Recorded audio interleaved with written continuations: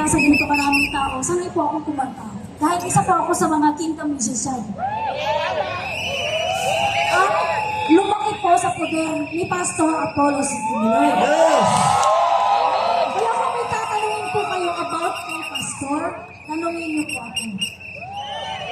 Dahil masasagot ko lahat ng katotohanan about our beloved Pastor. Dahil isa po ako sa pinalaki ni Pastor.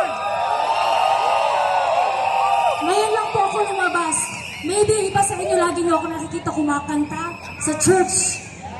Pero never niyo po akong narinig na magsalita. Kailangan na po eh. Sobra na eh.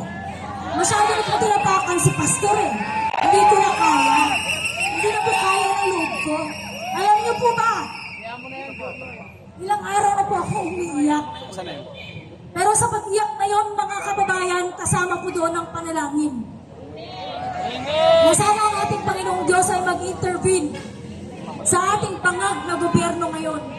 But I think this is already beyond redemption.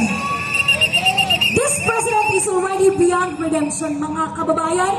Kaya panahon na tayo na tumindig at palayasin niya siya dyan. Hindi siya karapat-dapat sa Malacanang. Palayasin! Palayasin! Palayasin! Palayasin! Palayasin! Palayasin si Marcos! Ikaw bangag na Marcos, manghiya ka. Pasensya na po. Hindi po dapat doon magsalita ang isang missionary ng kingdom. Pero talaga pong nakakagalit. Sa daming ginawang kabutihan ni Pastor sa'yo, ito yung ipinalit mo. Walang hiya ka. Walang hiya! Walang hiya! Walang utang na loob! Si Marcos Jr. bulok! Ito yung gusto kong i-point out ngayon. Dahil may inilabas ang Daily Tribune na isang napakalaking fake news. Ito bang nakikita niyo sa picture? Sinasabi ho nila na mayroon daw sa KOJC daw, mayroon daw secret chamber. Nagbibigay na naman po ito ng confusion sa taong bayan. Isang napakalaking kasinungalingan na sinasabi nila na naka-uncover daw sila ng extensive network of rooms, including bedrooms and common areas during a serving operation of the KOJC compound. Natural! Mga misyonari ho kami at kwarto ho namin yan eh. Diyan ho kami nakatira sa loob. Tapos sasabihin nilang secret chamber, mga Sinungaling! sinungaling! Sinungaling! Sinungaling! Sinungaling! Ito po, Pastor is known to be advocate of women. Napakaganda at napakabuti ng pagpapalaki ni Pastor sa aming mga kababaihan sa kingdom. Kahit man po ang mga kalalakihan, itanong niyo si Franco kung paano pinalaki ni Pastor, kung paano sila tinuturuan ni Pastor, kung paano respetuhin ang mga kababaihan sa kingdom. Dahil si Franco po, ano din yan? Missionary din yan ng kingdom, di ba Franco? Sinari tayo, siya, at binago tayo ni Pastor.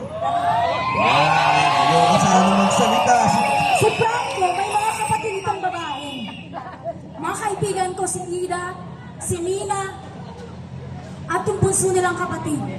Mga kaibigan ko yon. At sila mismo, di ba Franco? Naput on the spot ako, sige, yan. Okay, dati pangarap ko maging drug lord. Wala akong ibang inangan kundi maging top leader. Dito dahil naumpisahan ko naman simula sa pagkabata ko, kaya akala ko ang pagiging masama ang siyang magbibigay sa akin ng kasayahan. Pero nung makilala ko po si Pastor, nagbago po lahat. Mabuhay si Franco! Mabuhay si Pastor Kipunan! Sa kanyang kabutihan, sa taong bayan, at sa sangkatauhan!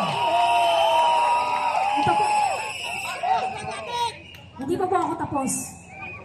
Hindi pa po ako tapos dito. Kasi naiinis ako eh. Nagigigil Gigigil ako dito eh. Sige, ituloy mo lang. Ito po, nakikita niyo po ba ito? Pwede po bang ma-zoom in?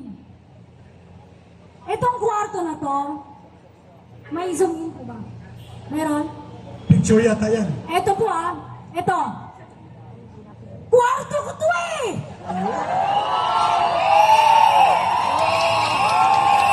Maniwala ko kayo't sa hindi. Kwarto ko po ito. Yan dalawang bed yan. Dito po ako natutulog pag umuwi ako sa KOJC compound. Tapos sasabihin nila, mayroon ng secret chamber? Mga walang hiya kayo, Daily Tribune eh! Fake news! Fake news! Sinungaling! Fake news! Sinungaling!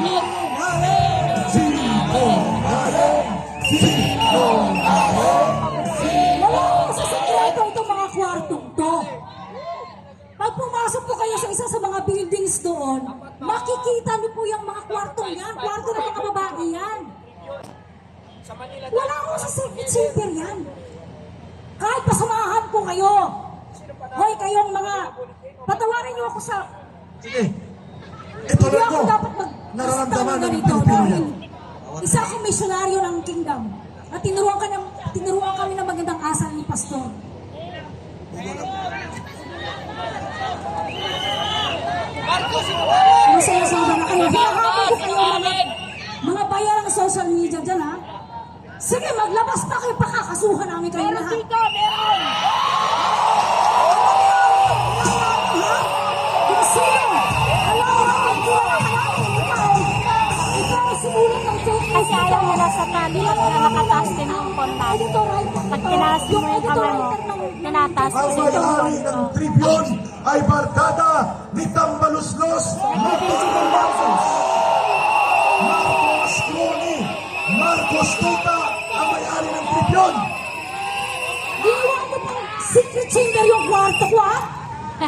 Tsaka ng mga kasama ko, pa-secret chamber kayo dyan. Mga Ang walang ganda ng kwarto nila, no? Ito. Dito ako natutulog pag umuwi ako sa Davao. Maniwala kayo sa hindi. Bed ko po ito. Pero habang wala po ako sa Davao, may ibang missionary pong babae na pinatutulog po dyan. Pero pag umuwi po ako doon, dito ho ako. Nagkakwarto. Tapos sasabihin nyo, secret chamber. Kaya kayo ha? Kayo mga, sige, maglabas pa kayo ng mga fake news. Dagdagan nyo pa to. Sige, dagdagan nyo pa. Dagdagan nyo pa yung fake news tungkol dito dahil talagang pakakasuhan namin kayong lahat. Kasi pag natapos itong giyalan ko, talagang napakarami ng kaso. Di ba tayo sa inyo ha? Kala nyo ha? Nahamay yung mga missionary. Kantahan mo na sila chat Kasi at magkakasama upang sila eh. mapukaw ang damdamin ng taumbayan. Kasi wala talaga ako magsasalita ng ganito. Okay, mga kababayan at mga kapatid sa KOJC na nandito ngayon. Sabay tayong kumanta nito at pukawin ang puso't damdamin ng bawat Pilipino. Alam niyo yung kantang to dahil classic to. Baka copyright to guys, kaya off natin.